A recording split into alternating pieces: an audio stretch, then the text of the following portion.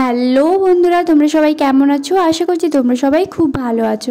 প্রায় অনেক দিন ব্রেক নেওয়ার পর আবারও ফিরে এসেছি রেসিপির ভিডিও নিয়ে। এই এত বড় বড় চিংড়ি মাছ দিয়ে আজ বানাবো দুধ চিংড়ি, তাই ভাবলাম তোমাদের কাছে রেসিপিটা শেয়ার করি। প্রথমে চিংড়ি মাছগুলোকে কেটে ভালো করে ধুয়ে নুন হলুদ মাখিয়ে রেখেছিলাম কিছুক্ষণের জন্য। তারপর সেগুলোকে হালকা করে ভেজে নিলাম।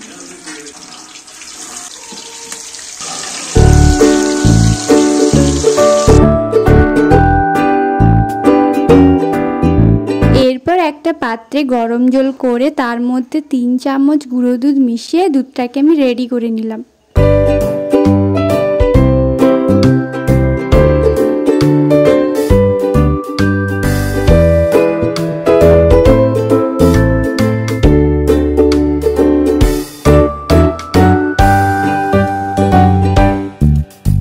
তো এইখানে মোটামুটি ভাবে সব চিংড়ি মাছগুলো হালকা করে ভেজে নেওয়া হয়ে গেছে। চলো এবার রান্নাটা করে নেওয়া যাক। এরপর এই একই কড়াইয়ের মধ্যে গোটা গরম মশলাগুলো দিয়ে দিলাম, যেমন এলাচ, দারুচিনি, লবঙ্গ, তার সাথে দিলাম কুচনো কাঁচা লঙ্কা, দিয়ে ভালো করে নাড়াচাড়া করে নিলাম।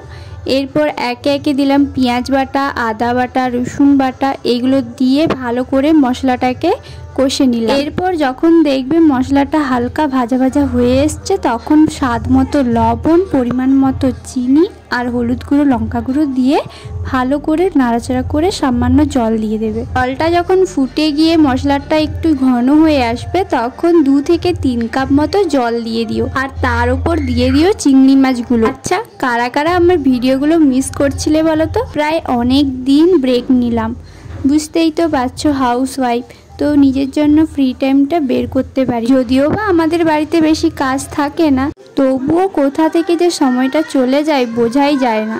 যাই হোক, ওসব কথা থাক, এখন চলো ভিডিওতে আসা যায়। মাছটা দিয়ে দেওয়ার পর মাছের ঝোলটা যখন একটু ঘন হয়ে আসবে, তখন দুধটা দিয়ে দিও। আর হ্যাঁ, মনে রাখবে কিন্তু দুধটা দিয়ে বেশিক্ষণ ফোটাবে না, তাহলে ঝোলটা একদম তেতো হয়ে যাবে।